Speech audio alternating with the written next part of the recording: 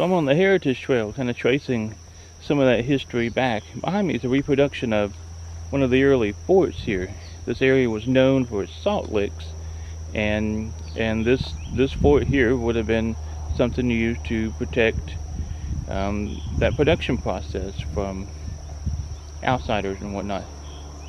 We're also going to go just a little ways up the road and across the road and by the river and see if we can find one of the old salt licks itself. So let's go see it. This is known as the, sorry for all the wind, this is known as the Tanner Fort. And David Tanner built this and set up a number of kettles, what the informational sign said, and he didn't necessarily make the salt himself. He rented out his kettles for half of what was produced, and it took a tremendous amount of water from the salt licks and springs here to produce just a small amount of salt.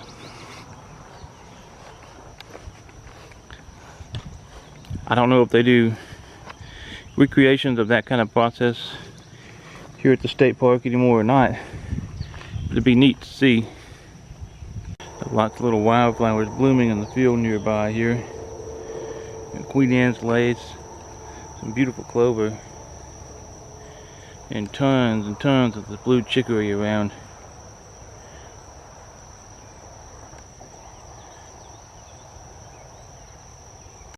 A little bit of a road walk here, but look at all this chicory. Queen Anne's lace and chicory.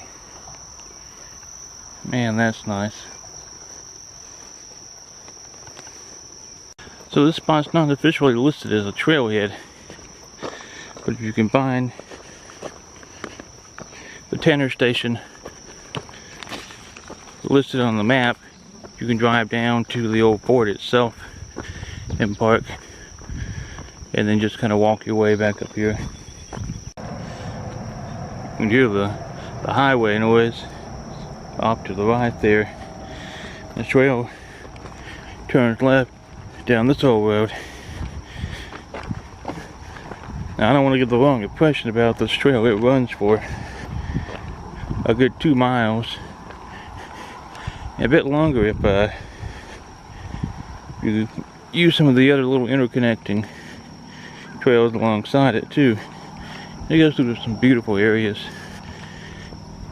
And here we go. We're off to the woods again. First, I'm going to check out this little pond. There's a little hidden pond back here. It looks like it's covered in algae or duckweed, unfortunately. I don't know which. Too brushy to get down close to it.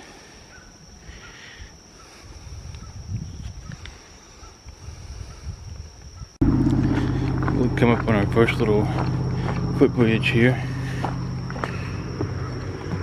Despite all the rain I've seen this trip, everything's remarkably dry.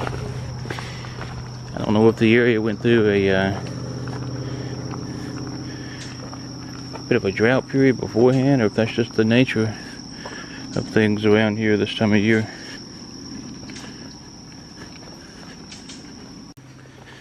Nice old trees along here. Heading uphill through some cedars. Lots of really tall thistle. It's a cool plant. Kind of moved into a glade type area here. But outside of the thistle, I really haven't seen, and Queen Anne's lace, I haven't seen anything eye-popping in bloom yet.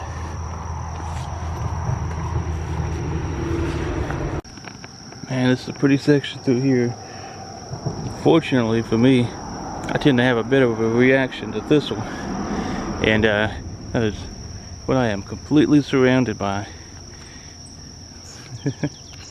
Moving under the highway bridge now. Bit of an open area. Just get some glance of the Licking River over there. moving pretty good from all this rain we've had. Here's a different little variety of thistle. That one's pretty. It's been this taller one that I've seen so far. I don't know the names of them.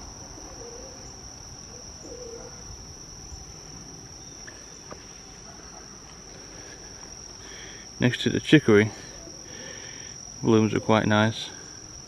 There's a different color. The chicory is a very, very light purple. I wish there was a one of the blue ones around just to show how different it is. It's very pretty. This is the only one I've seen like it. Give you a little more history on this trail too. Parts of this and parts of the Licking River Trail that this connects to is part of the escape route that Daniel Boone used to get away from the Native American and British forces. In the midst of it all, his son was killed, or one of his sons. But if you're here, it's worth going 10 miles or so down the road to Carlisle, Kentucky, and seeing the last cabin that Boone built where he and his wife and 10 of his children lived before they moved on. It dates to 1795.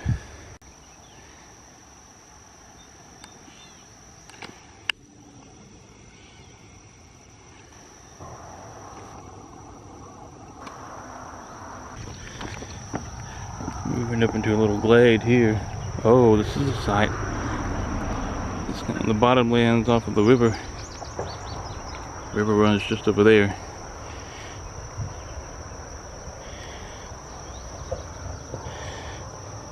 But I bet they have some of the shortest goldenrod through here too.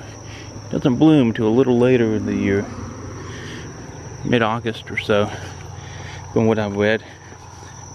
Also notice, I just happened to look down. I thought the boardwalk was protecting the plants. You see the seep, the spring. These are the kind of sites pioneers would have used either for water consumption or for salt production. Move back into strictly wooded area here.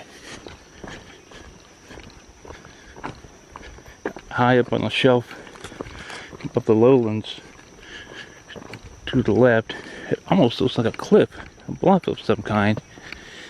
Maybe able to get a gander here. Just steep hillside. Oh yeah, some pretty steep steps leading down. That's a little slippery.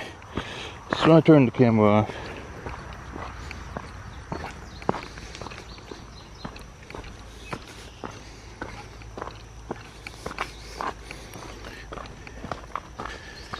Nice dense foliage through here. Well, if I thought that last spot was where people got their water and their salt, I think I just found the big kahuna here. Check out this spring. It's massive.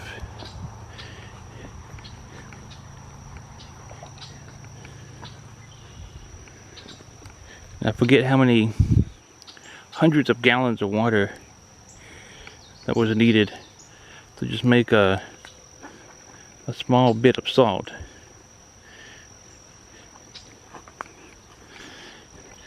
This whole thing is clogged full of willows and whatnot. Here it is, the source.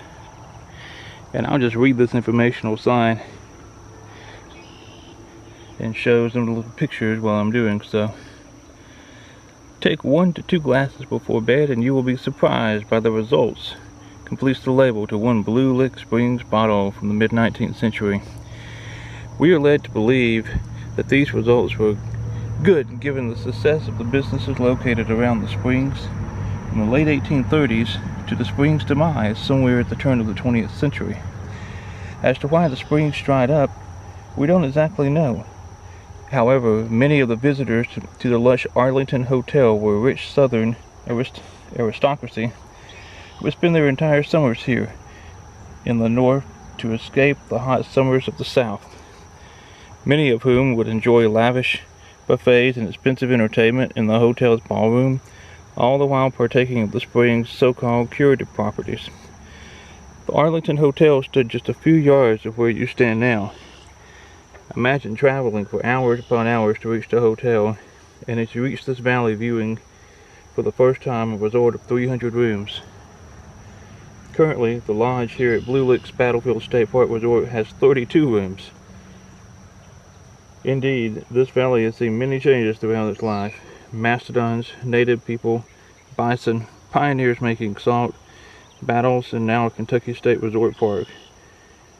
However, every piece of history that this valley has seen ultimately came about because of one thing: the Blue Licks Spring.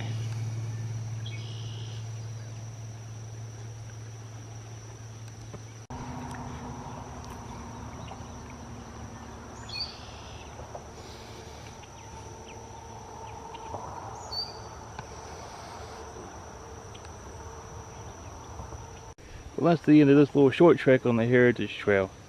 I didn't have a whole lot of time to hike this, but I wanted to hit up the major spots and especially see the namesake here at Blue Licks State Park. Hope you enjoyed the little sights and sounds, especially the spring itself and some of the history. Until next time, keep exploring and stay wild.